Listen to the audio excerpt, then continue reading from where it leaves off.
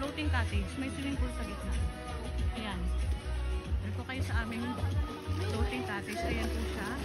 So, bawat cottage po dito ay may swimming pool. Kita niyo po yan. Ayan guys.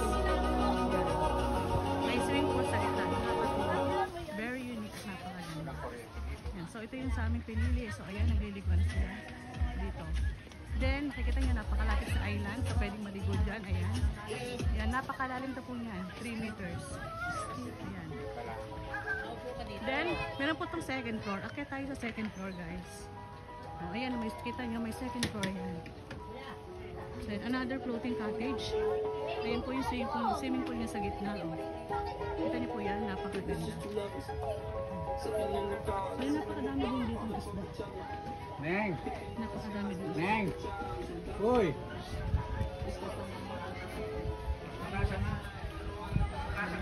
Akit tayo guys dito sa second floor. Tingnan natin yan, second floor na po ito. Ayan. Pwede ka mag-picture dito. Ayan guys, picture. Makikita mo yung kabuuan ng resort.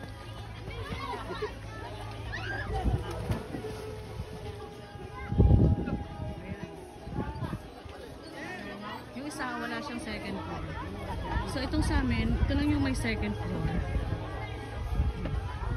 Yung pa pala, meron pala doon sa dulo. Yung guys, ang daming naliligo.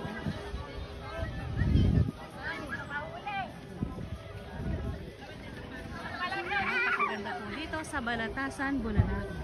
Nasa second floor po ako guys. Kaya kitang-kita ko yung nasa baba.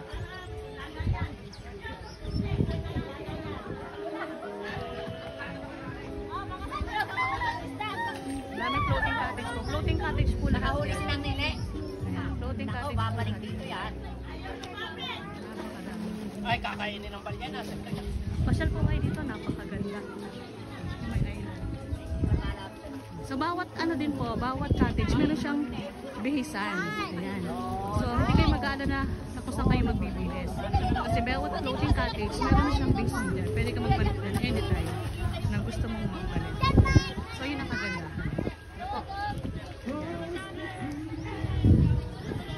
Kaya tara, let's maligo na dito sa Balatasan, Bulacan.